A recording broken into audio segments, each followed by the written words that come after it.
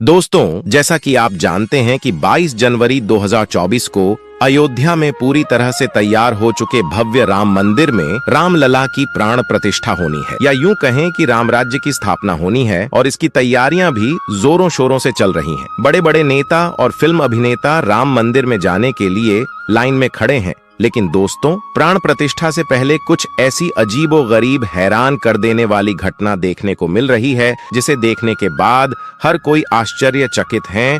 और इन चमत्कारिक घटनाओं को प्रभु श्री राम के नाम से जोड़कर देखा जा रहा है। तो क्या है ये चमत्कार, जानेंगे इस वीडियो में। दोस्तों, आगे बढ़ने से पहले वीडियो को लाइक और चैनल को सब्सक्राइब जरूर कर दें। चलिए वीडियो में आगे चलते हैं। मर्यादा पुरुषोत्तम भगवान श्री राम का भव्य मंदिर अब बनकर तैयार हो चुका है और प्रभु श्री राम के बाल स्वरूप यानी राम लला के प्राण प्रतिष्ठा का दिन नजदीक आता जा रहा है। और सभी श्रद्धालुजन बेसब्री से 22 जनवरी का इंतजार कर रहे हैं, जब राम जन्मभूमि अयोध्या में प्रभु श्री राम की चयनित मूर्ति को स्थापित किया जाएगा। जी हां दोस्तों, आपको बता देते हैं कि रामलला की 3 मूर्तियों में से एक का चयन कर लिया गया है, जिसको गर्भगृह में स्थापित किया जाएगा। इस दिन सभी भक्तजन इस दिन को दिवाली समारोह की तरह मनाते हुए अपने घरों में दीप प्रज्वलित करने को तैयार हैं। रामलला की प्राण प्रतिष्ठा समारोह, जिसे राम राज्य की स्थापना कहा जा रहा है, 22 जनवरी 2024 को होने वाला है। देश के कोने कोने से उत्साह की लहर सुनाई पड़ रही है। ऐसा लग रहा है मानो पूरा भारतवर्ष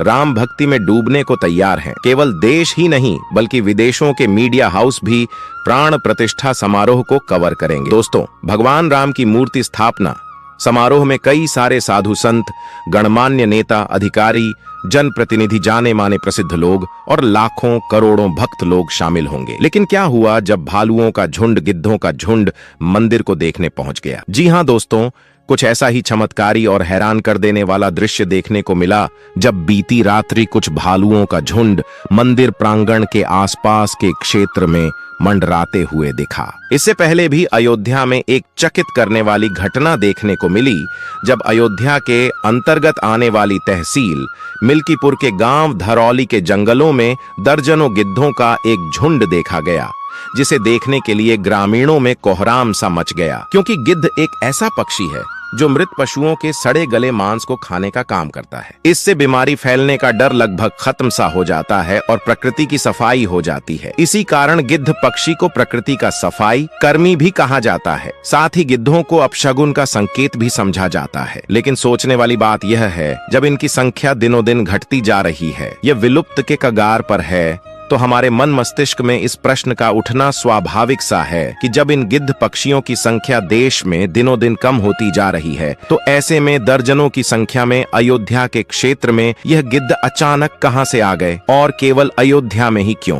तो चलिए इस ताज्जुब करने वाली इस घटना को गहराई से समझते हैं। दोस्तों, जैसा कि रामायण में बताया गया है कि कैसे प्रभु श्री राम ने अपनी वानर सेना के दम पर लंकापति रावण से साहसिक युद्ध किया और अंततः लंकाधिपति रावण को पराजित किया। और आप यह भी जानते होंगे कि राम जी की सेना में कौन कौन था। राम जी की सेना में सर्वप्रथम राम भक्त महाबली हनुमान, वानर राज सुग्रीव, बाली पुत्र अंगद और असंख्य वानर सेना थी। इसके अलावा उनकी सेना में यक्षराज यानी भालुओं के राजा जामवंत भी थे, जो समय समय पर अपने वानर सेना का मार्गदर्शन करते थे। इसके अलावा रामायण में एक घटना का उल्लेख देखने को मिलता है कि महापंडित कहे जाने वाला धूर्त रावण जब माता सीता का हरण करके पुष्पक विमान में बैठाकर लंका ले जा रहा था, रावण का सबसे पहला सामना होता है विशाल जटायु पक्षी से। इसने हवा में उड़ते हुए रावण से बड़ी वीरता के साथ युद्ध किया। रावण को चोट भी पहुंचाई, लेकिन रावण के वार से पक्षी जटायु का एक पंख कट गया और जटायु धरती पर आ गिरे। हरण का सारा वृत्तांत जटायु ने राम जी को सुनाया और अंततः वीर गति को प्राप्त हुए। त्रेतायुग के इन्हीं जटायु पक्षी को आज कलयुग में गिद्ध पक्षी के नाम से जाना जाता है। और जब तहसील मिल्कीपुर के धरौली गांव के जंगलों में दर्जनों गिद्ध पक्षी को एक साथ देखा गया, तब सभी ग्रामीण लोग यही कह रहे थे, जब यह पक्षी विलुप्त के कगार पर है, जो अब ना के बराबर देखने को मिलते हैं, तो इतनी बड़ी संख्या में गिद्धों को एक साथ देखना किसी चमत्कार से कम नहीं है। ग्रामीणों का मानना था कि यह गिद्ध पक्षी और कोई नहीं बल्कि जटायु के अवतार या फिर वंशज हैं, जो अयोध्या में बन रहे रामलला के भव्य मंदिर को देखने पहुंचे हैं, या फिर यूं कहें कि अपनी हाजिरी लगाने अयोध्या आए हैं। अयोध्या में विलुप्त प्रजाति के गिद्धों का दिखना किसी चमत्कार से कम नहीं है और लोगों ने इन गिद्धों को जटायु का वंशज मानकर उनकी पूजा करना भी शुरू कर दिया है। चलिए अब बात करते हैं वानरों की। आपको तो पता है कि भगवान राम की सेना में असंख्य वानर शामिल थे, जिनकी सहायता से भगवान राम ने लंका पर विजय पाई थी, और आज के समय में बंदरों को उसी वानर सेना का प्रतिरूप माना जाता है। यूं तो अयोध्या में बंदरों का जमावड़ा देखने को मिलता रहता है, लेकिन इतनी बड़ी संख्या में बंदरों का झुंड कहां से आ गया,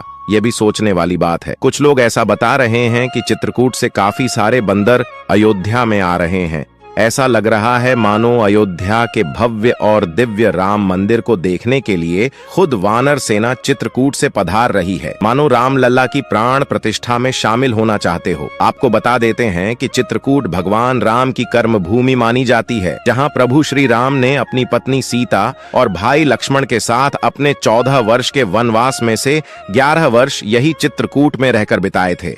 ऐसे में चित्रकूट से वानरों का अयोध्या आना एक दिलचस्प घटना मालूम पड़ती है। जब अयोध्या के आसपास दर्जनों गिद्ध और बंदरों को देखने के बाद भालुओं का झुंड दिख जाए तो यह किसी दैवीय चमत्कार से कम नहीं लगता है, क्योंकि भालू अक्सर जंगलों में पाए जाने वाले जंगली जानवर हैं और रिहायशी इलाकों में भालुओं का आना एक हैरान करने वाली घटना है। रामलला के प्राण प्रतिष्ठा जैसे खास मौके से पहले भालुओं के झुंड को देखना बेशक सभी जनसाधारण को विस्मित कर रहा है। यहाँ भी राम भक्त लोग आपस में चर्चा कर रहे हैं कि यह भालुओं का झुंड और कोई नहीं बल्कि त्रेता युग कालीन प्रभु श्री राम के भक्त यक्षराज जामवंत के अवतार हैं, जो 22 तारीख को हो रहे अलौकिक समारोह में शामिल होने की अपनी इच्छा व्यक्त कर रहे हैं। तो ये कह सकते हैं कि प्रभु श्री राम की संपूर्ण सेना राम जी के दर्शन हेतु अयोध्या पहुंच रही है, जिसमें जटायु जामवंत और पूरी वानर सेना शामिल है। यूं तो हर कोई अयोध्या में भगवान राम के प्राण प्रतिष्ठा समारोह में जाने की मंशा रखते हैं, लेकिन जटायु पक्षी के समान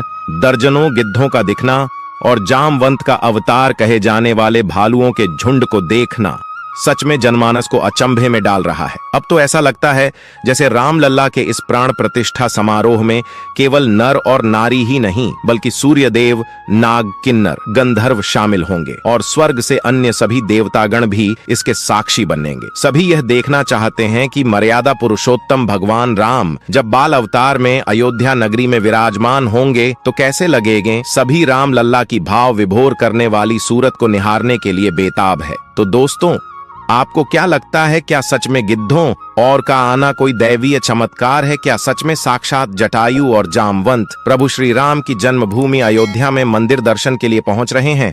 अपने विचार कमेंट के माध्यम से जरूर लिखें। वीडियो को एक लाइक जरूर करें। फिर से मिलेंगे एक नए वीडियो के साथ। तब तक